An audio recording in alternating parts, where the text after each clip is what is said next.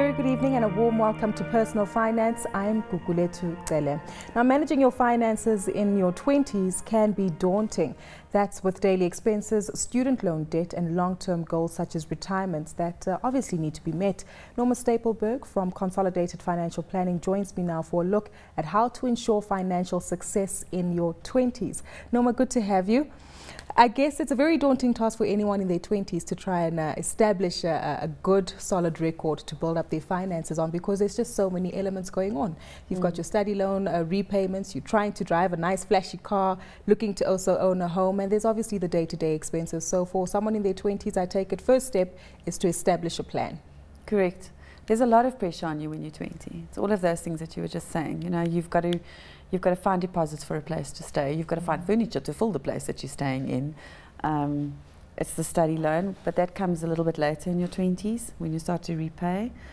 So there's a lot of pressure in that regard. And also you're young, so you want to experience life. Exactly. So you need cash for that kind of thing. So it is challenging, but the very, very simple answer is just take the first 10% off. And just start with that. So if it's 500 Rand from waitressing that you've been earning part-time, just take 50 Rand and start there.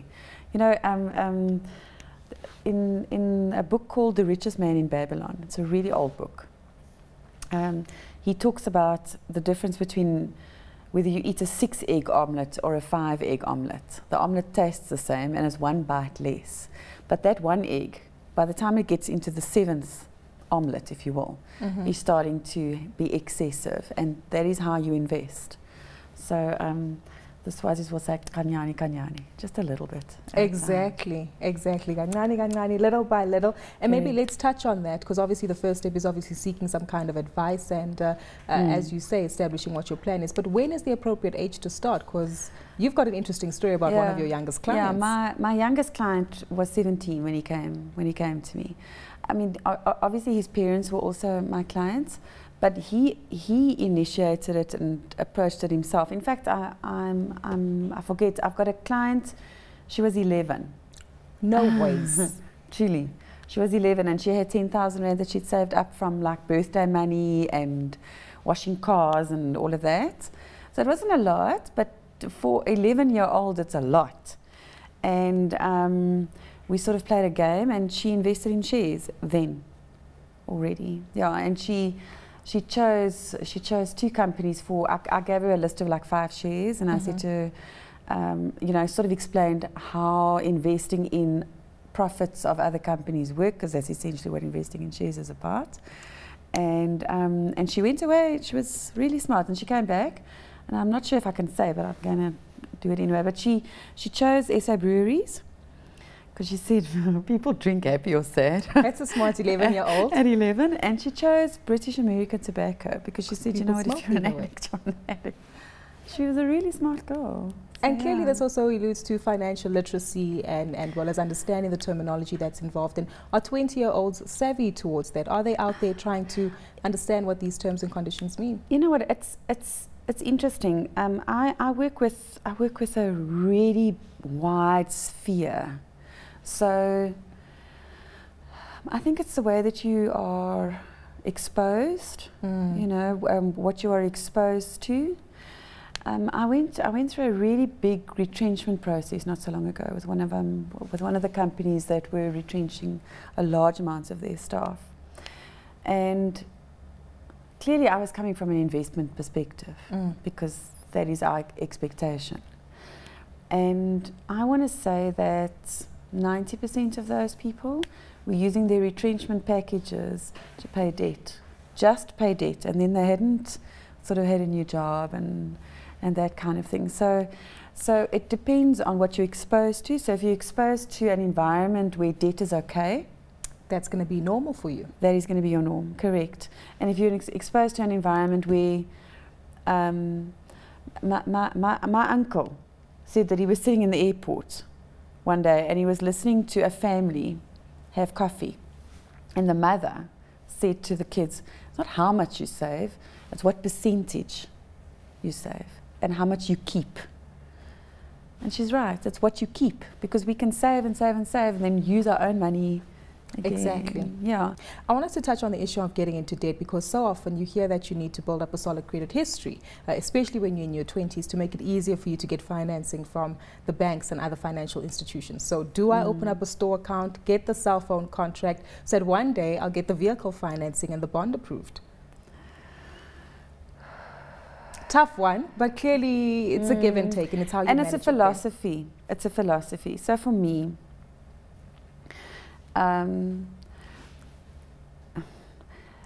debt is an entrapment vehicle. It's a philosophy.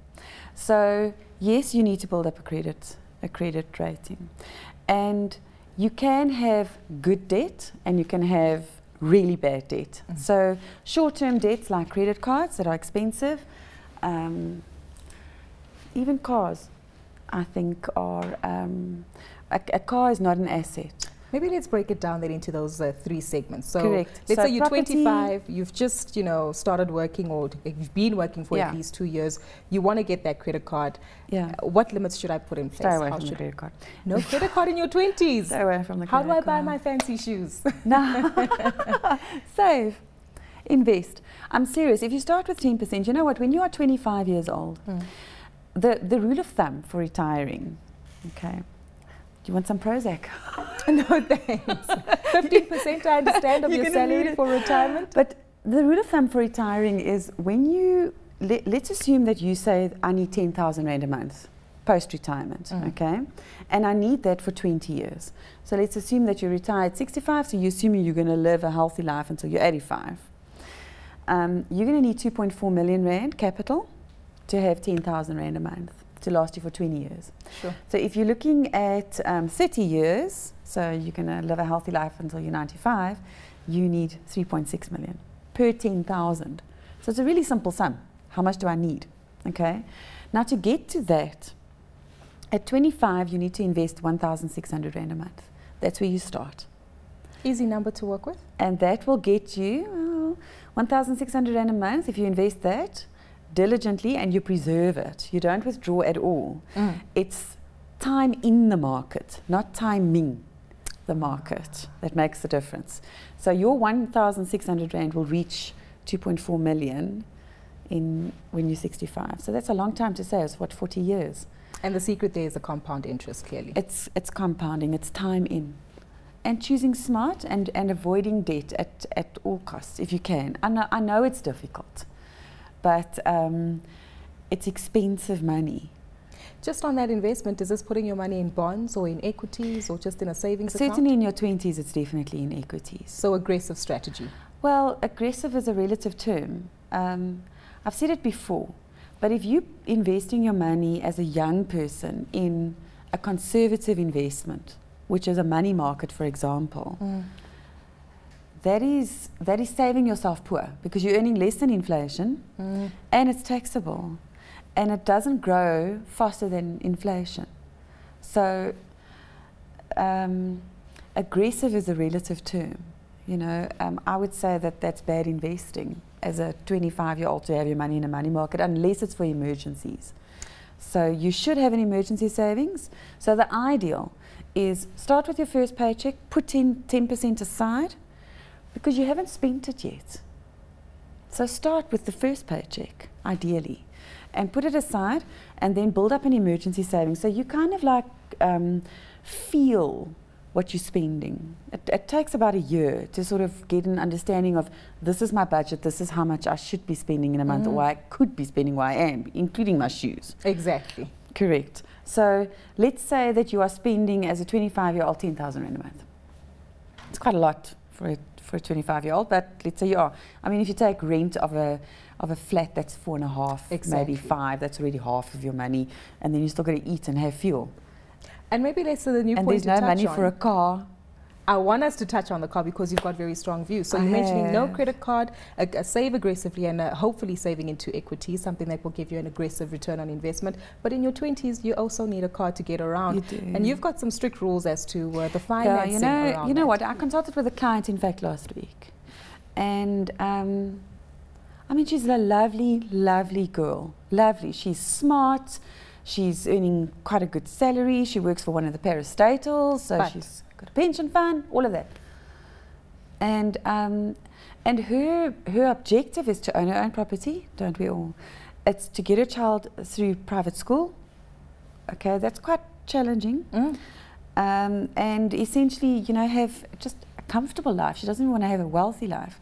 But what she did was, and I've looked at the way that she manages her finance.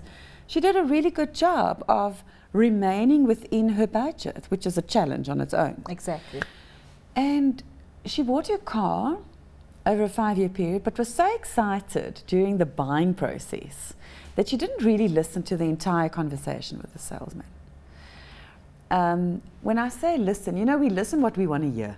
Yes. So you kind of listen with emotion when you're in that excitement. And by the time her car was paid off after 5 years, I mean, she was pleased as pie. And the next thing, the balloon payment happened, which was quite significant. It's a lot of money. And suddenly, what she had planned in terms of her 5-year plan was put back by this balloon payment of a small car, 50,000 Rand. But 50,000 Rand, when you're not expecting to pay it, is a lot of money. And my understanding is that the interest is calculated from day one. So you are paying a lot of money for something that you're not even going to use. And you kind of like remain in that entrapment then, because it's kind of like, okay, but buy a new car, we'll use the balloon payment as a deposit. But I don't need a new car because the one I have, I've looked after. Exactly. So that's a secret. Make sure that you don't purchase a vehicle on a balloon payment, because then it can get you into the debt And trap. know the difference between a want and a need. You know. So whilst I might like a 4x4 or a V8 engine, but do I really need it? Correct. And the larger the car, the larger the maintenance costs. It's the same as property. The larger the property, the larger the maintenance costs. It just is that way. Exactly. Let's touch on something else before we run out of time that also happens in your 20s. It's either children or marriage. This is true. Why? And then if you have a traditional marriage and you have... there's cows that need to be paid, huh? The labola. Then how do we manage that? It's expensive. I was speaking to a man the other day. Him and his girlfriend have been living together now for maybe 3 years. They've got kids already, but he hasn't paid the labola yet. So it's because it's labola, it's the wedding, it's the honeymoon, it's all of that. The essence is start at the first paycheck, really. Start with 10% Is it ever too late? Towards. Let's say I'm 27 now. I am that guy who's living with his girlfriend. Is it too late? Not at all. Not at all. No. Manage your debt. Keep it within a very, very small parameter. Have smart debt, like property. One of my wealthiest clients said, property is the only investment that God's not going to make more of. Exactly. Unfortunately, we have run out of time, but we've certainly taken the key points away from you. Scrap the credit card, invest in something aggressive, which is relative to what you want, which is highly likely to be equities. Correct. Balloon payments are a complete no-no. Absolutely. And save for the marriage and the babies. Correct. Perfect. Norma, thank you so much for your time today. I think we might have to get you in again with some of your 20-year-old clients. But that's it for Personal Finance this evening. Thank you so much to Norma Stapelberg from Consolidated Financial Planning. And do remember that we want to hear from you. So tell us about your financial situations and what you want us to talk about. You can send your comments to @CNBC Africa using the hashtag Finance410 or to myself @Kukumfupi on Twitter. Until tomorrow evening, it's goodbye for now.